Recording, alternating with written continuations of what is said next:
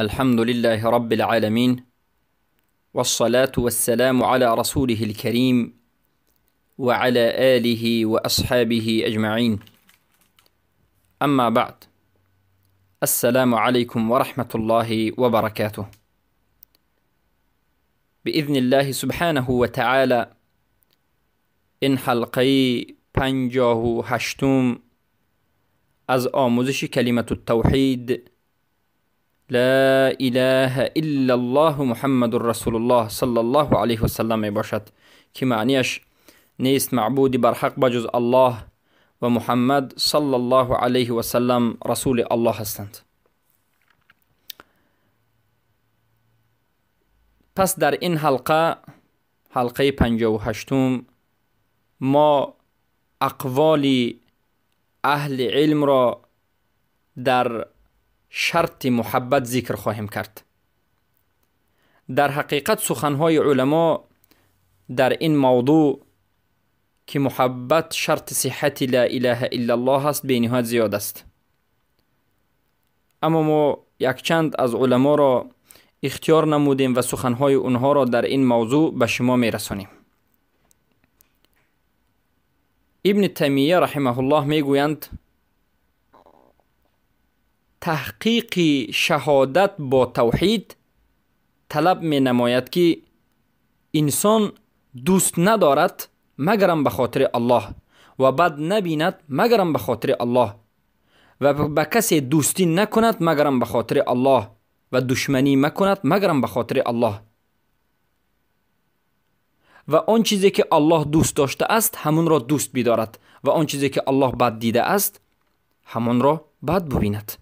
البته این سخن در مجموعه الفتاوا مجله 8 ذکر شده است که میگن فإن تحقیق شهادت بالتوحید، یعنی تحقیق کردن این لا اله الا الله محمد رسول الله، تحقیقش حقیقتا عمل نمودنش با توحید از ما طلب میکند که دوستداریمون، عشقمون، محبتمون، بغضمون، عداوتمون، دوستداری و دشمنی همه اش به خاطر الله باشد و آن چیزی که الله دوست داشته است دوست بداریم و آن چیزی که الله بد دیده است و از اون بدش می آید و بغضش هست ما باید از همون دور باشیم و همون چیزی الله بد دیده رو بد ببینیم.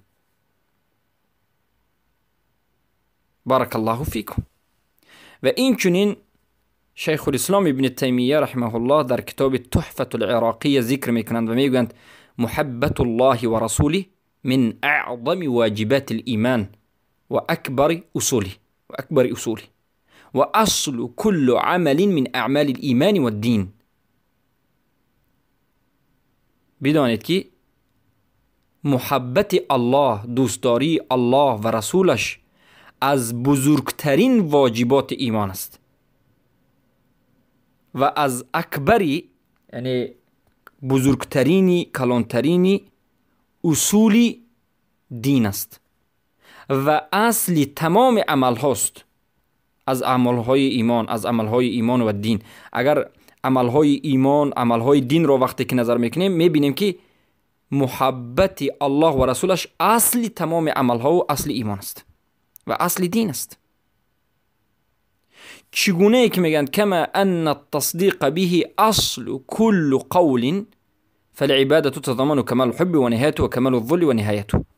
چگونه ای که تصدیق به الله و رسولش، یعنی تصدیق کردن الله و رسولش اصل تمام سخن هست، این چنین محبت الله و رسولش اصل تمام عمل و اصل تمام ایمان و اصل تمام دین همین دوستداری الله و رسول است. پس عبادت معناش همین است که کمال حب باشد، یا عبادت در برگیرنده کمال حب، یعنی درجه بالاترین عشق و محبت داشته باشد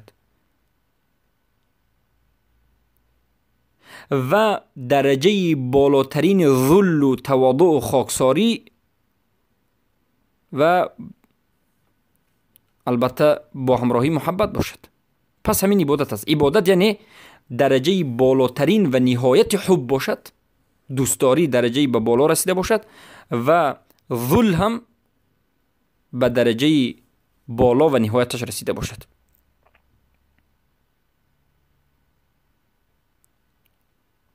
پس معبود همان ذات است که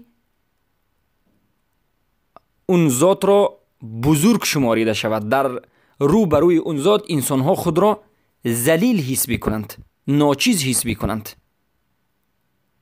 معبودی که بزرگ شماریده نمی شود، در نزدش انسان خودش را ذلیل حساب نمی کند، پس اون معبود نیست. شلکیم تمام لا یکون معبودا.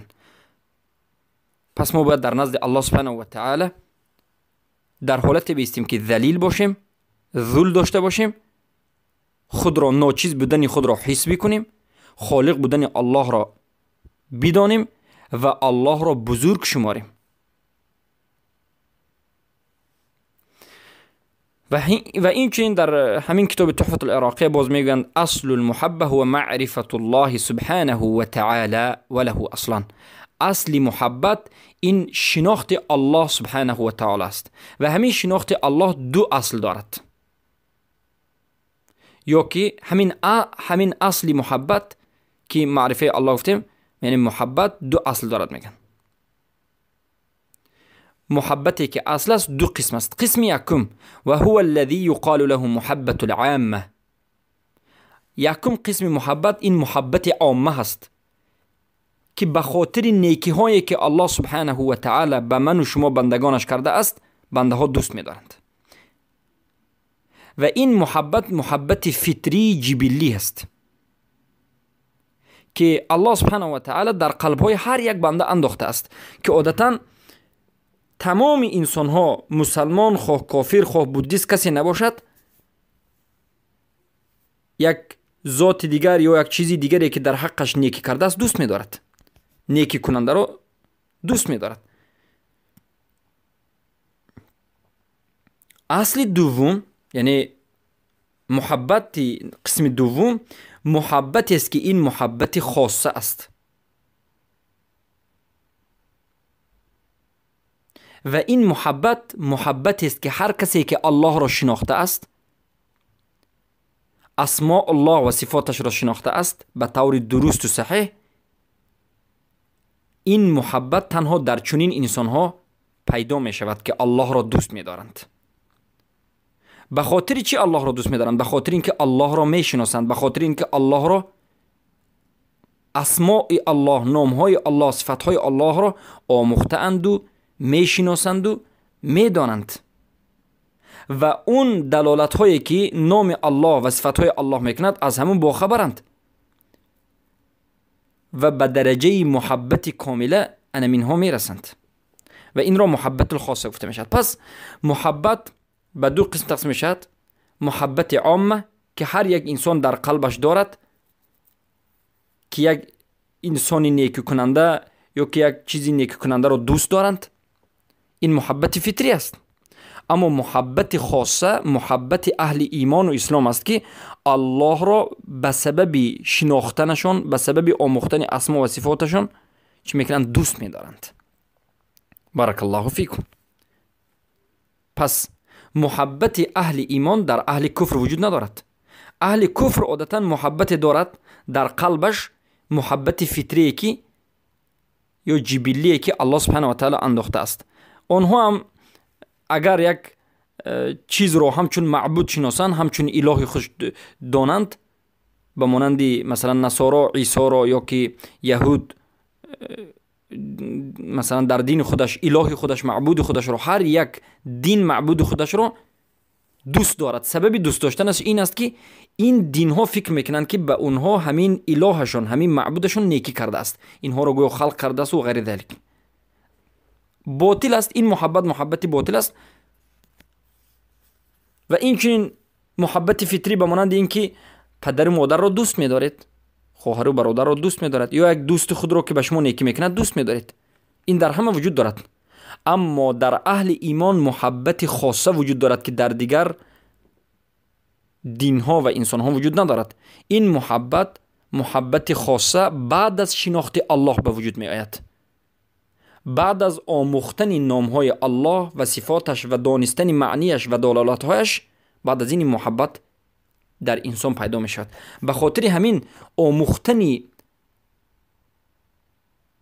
اسماء الله و صفاتش ضرور است. شناختن الله سبحانه و تعالی این در حقیقت اصول دین است که بعد از لا اله الا الله و بعض مسائل به این مسئله باز خواهیم گشت.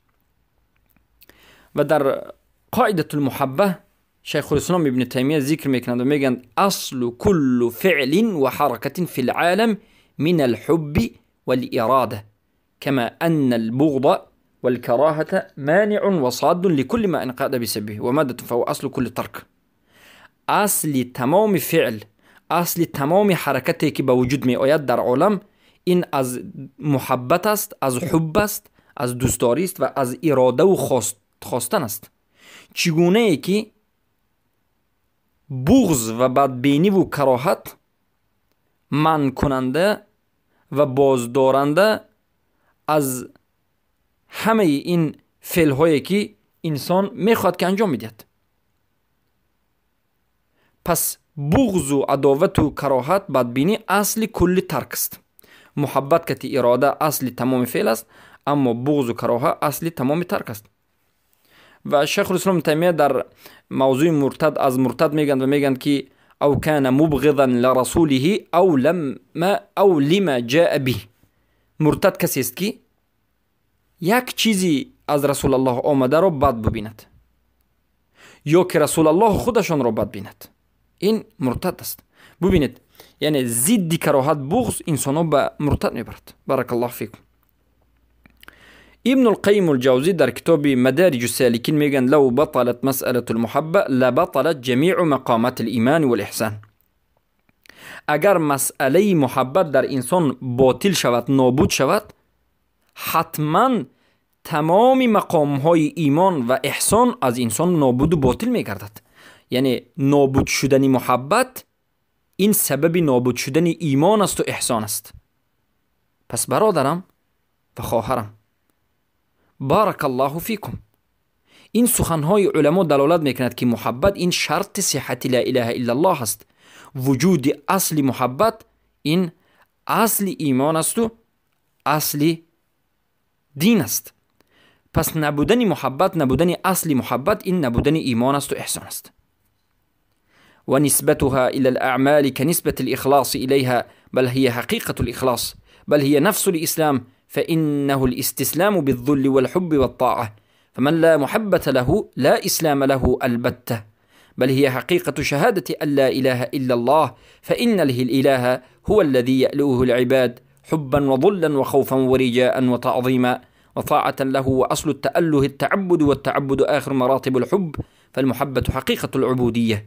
این سخنهایی که ابن القیم الجوزی میگن که و نسبت محبت یا که محبت نسبتش در عملها یا که نسبت محبت در عملها به عباره دیگر بگوییم به مانند نسبت اخلاص به عمل هاست. یعنی چگونه که در حلقه های گذشته ما به شما بیان کردیم که اخلاص در عمل بودنش ضرور است. اگر اخلاص نباشد به جای شرک می آید و عمل نابود می گردد، بیفایده می گردد. این چنین محبت هم مثل اخلاص است. در عملی که محبت وجود ندارد، در انسانی که محبت وجود ندارد، این عمل و این انسان زیان کشیده است و لا اله الا اللهش و عملش قبول نیست. بلکه محبت این حقیقت اخلاص است. ببینید از اخلاص هم سخت‌تر است، زیرا که محبت این حقیقت اخلاص، مغز اخلاص است. بلکه میگند محبت این نفس اسلام است، زیرا که اسلام این تسلیم شدن به ذل و به حب و به طاعت است. یعنی به الله تسلیم میشوید ذلیلانه با محبت و به طاعتش. پس هر کسی که محبت ندارد وی اسلام ندارد. البته اسلام ندارد. کسی که محبت ندارد این اسلام ندارد، کافر است.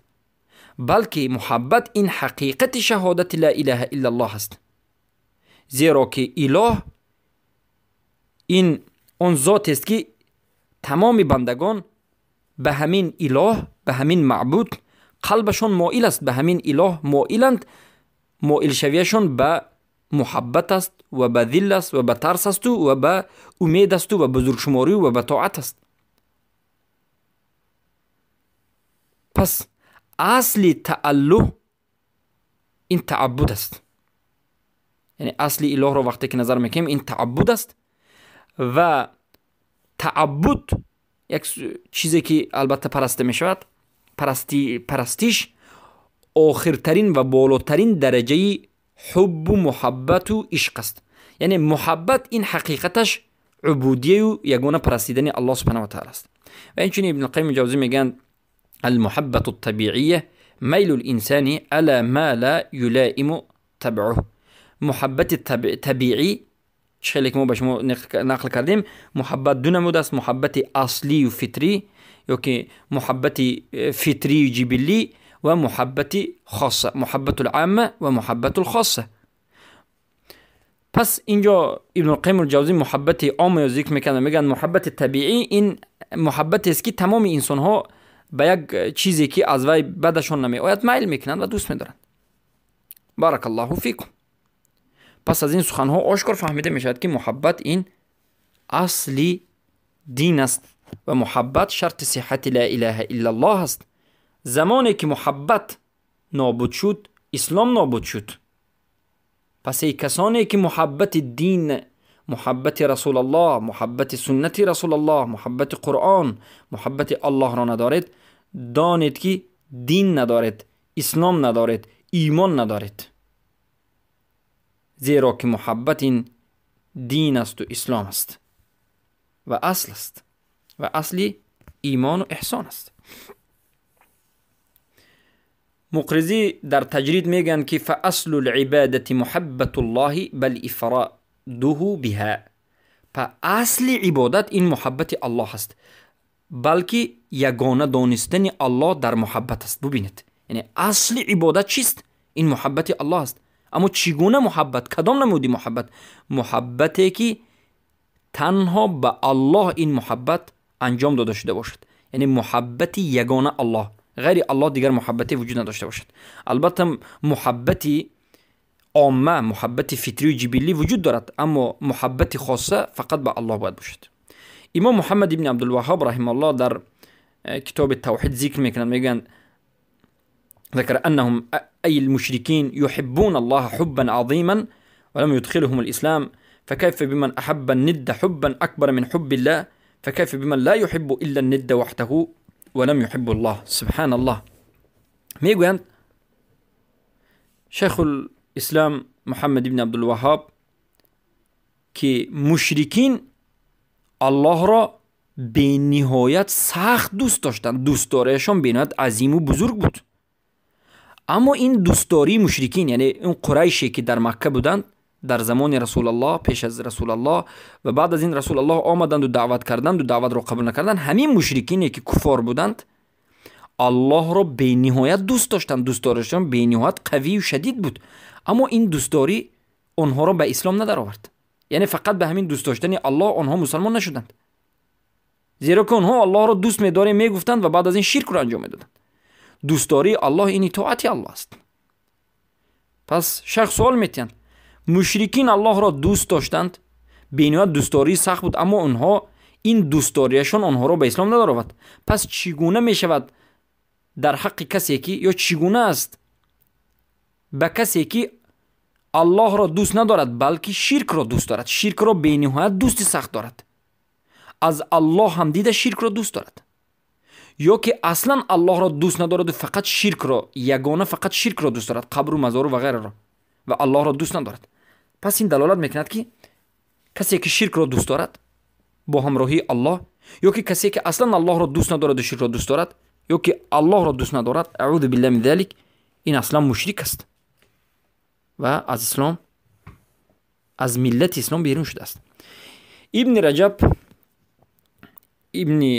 رجب حنبلی رحمه الله در کتاب فتح الباری، البته ما دو فتح الباری داریم، صحیح بخاری فتح الباری، ابن حجر اسقلانی هم فتح الباری نوشتند، عبارت از 15 مجلد است، معروف مطبوع امروز هست. و این چنین ابن رجب حنبلی رحمه الله کتاب صحیح بخاری رو شرح دادن، اما کامل نشده است. در قسم های اول وفات کرده اند و این کتاب پایان نیافته است. و همین ابن رجب حنبلی صاحب کتاب جامع العلوم والحکم فی شرح 50 حدیث من نبی صلی الله علیه و سلم است. 40 نووی رو شرح دادن.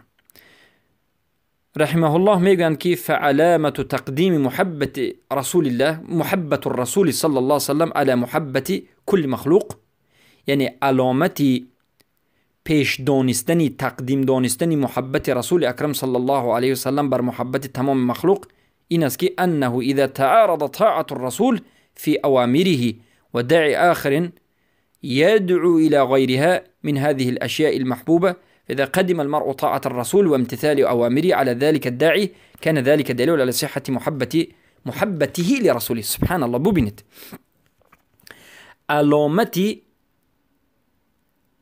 زیاد دوستداری رسول الله، علامتی این که محبت رسول الله بر شما از دیگر محبت ها پیش می ایستد چیست؟ انسان از کجا می فهمد که رسول الله را دوست دارد؟ از انسان از کجا می داند که از همه زیادتر رسول الله را دوست می دارد؟ امروز ما چگونه باید فهمیم؟ ابن رجب حنبلی میگن که علامتی زیاد دوست داشتن، تقدیم محبت رسول الله از دیگر چیزها این است که وقتی که سخن رسول الله به سخن یک دیگر انسان تعارض کرد، رسول الله گفت که ریش مانید، رسول الله گفت که حجاب بندید، رسول الله گفت که شرک را ترک کنید، اما یک بنده آمد و ریش را رد کرد، نماز را رد کرد و حجاب را منع کرد و غیر ذلك، این انسان خواه پدر باشد، خواه یک سلطانی، یک پادشاهی مرتد باشد، فرقی ندارد، کسی نباشد، اگر انسان امر رسول الله را پیش گیرد، اطاعت رسول الله را کند و سخنهای غیر رسول الله را ترک کند، در همه حالت، در این حالت فهمیده می شود که این انسان در حقیقت رسول الله صلی الله علیه و سلم را دوست دارد و دوستداری رسول اللهش از همه پیش است، یعنی محبتش نسبت رسول الله از همه چیز زیاد می است. چرا؟ زیرا که همیشه در حالت تعارض، ضدیت کردن سخن رسول الله با دیگر سخنها، سخن رسول الله را میگیرد. وقتی که سخن دیگر انسانهای گرد و اطرافش بوده به سخن رسول الله ضد میبراید، این انسان فقط سخن رسول الله را میگیرد و به رسول الله اطاعت میکند و به غیر رسول الله گوش هم نمیدهد، اطاعت هم نمیکند. این انسان نجات یافته است. این انسان رسول الله را از همه زیاد دوست می‌دارد. اما علامت بدبختی و شقاوت و روح‌سیاگی این است که علامت این که محبت دروغین است، محبت نفاقین است، این است که وقتی که یک انسان دعوا کند که من رسول الله را دوست می‌دارم و سخن یک دوستش، یک پادشاهی کافر یا که یک کسی دیگر به سخن رسول الله ضد برآید، سخن رسول الله را ترک کند و به سخن همون انسان اطاعت کند، یا به سخن پدرش و مادرش یا به سخن دیگر انسان کسی نباشد، سخن دیگر انسان را از سخن رسول الله پیش داند، یا که غلو در حق کسی بکند، در حق شیخ اولیای ایشان چنان دیگر انسان را دوست دارد که سخن دیگر انسان را از سخن رسول الله بالاتر داند، یا که سخن دیگر انسان را از سخن رسول الله بالاتر نداندم قبول کند و سخن رسول الله قبول نکند. به مانند این که امروز ما به هزارها انسان سنت صحیح رسول اکرم صلی الله علیه و سلم را، حدیث صحیح را از بخاری و مسلم میرسانیم که انمین عمل سنت است. مثلا برداشتن رفع یدین سنت است، در سنت رسول اکرم صلی الله علیه و سلم آمده است. این انسان میبیند سخن ما را گوش میکند، حدیث را میفهمد که صحیح است، هیچ مشکلی ندارد. بعد از این نظر میکند به سخن ایشانش، استادش، شیخش صوفی هست، یگان کسی است که از سنت بیخبر است. شیخش میگد که نه، این سنت نیست. سخن رسول الله را فهمید اما سخن رسول الله را ترک میکرد، بس سخن شیخش میگردد. آیا این انسان محبت حقیقی است؟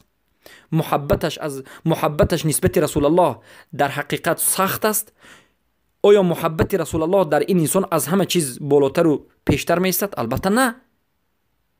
همان وقت محبت رسول الله از دیگر محبت ها بالاتر در نزد شما می ایستد که شما سخن رسول الله را از همه سخن ها بالا و اطاعتش کنید.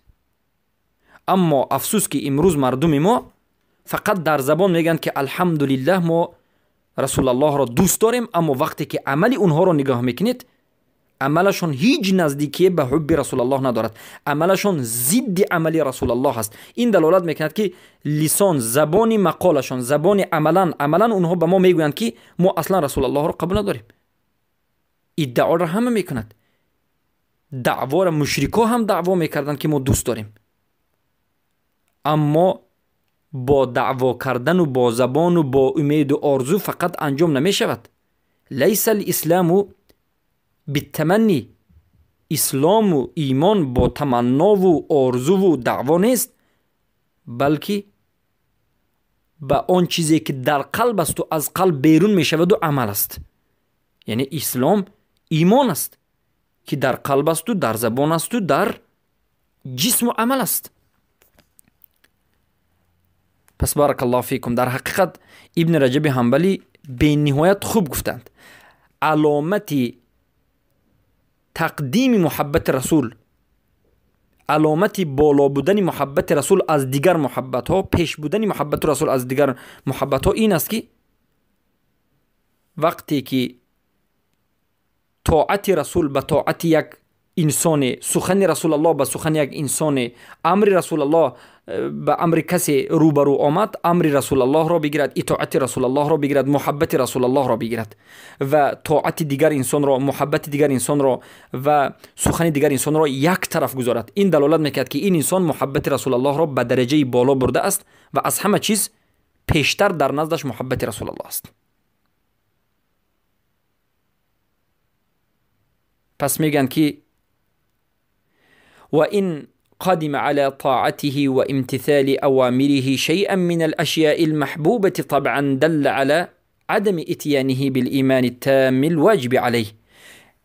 هر انسانی که از طاعت رسول الله دیگر طاعت را پیش بگیرد، از پیروی کردن به رسول الله دیگر چیز را به دیگر انسان پیروی بکند، طاعت دیگر انسان را از طاعت رسول الله پیش بگیرد، پیرو شدن به دیگر انسان را از پیرو شدن به رسول الله پیش بگیرد، امر دیگر انسان را اجرا بکند و امر رسول الله را ترک بکند، پس محبتش به جا آمده است، ایمانش نابود شده است و ایمان واجب را به جا آورده است. پس خود شما مردم را ببینید که در کدام حال هستند. این است اهل توحید. این را میگن اهل توحید. اهل توحید کسی است که محبت الله و رسول را از همه محبت ها، از همه چیزها، از همه مخلوقات پیش میگیرند. پدرت پیش است، مادرت پیش است، یا که الله و رسول پیش است. معروف است که الله و رسول پیش است. فرزند و زنت پیش است، یا که الله و رسولت پیش است. الله و رسولت پیش است. خانه و در و تجارت و زندگیت پیش است، یا الله و رسولت پیش است.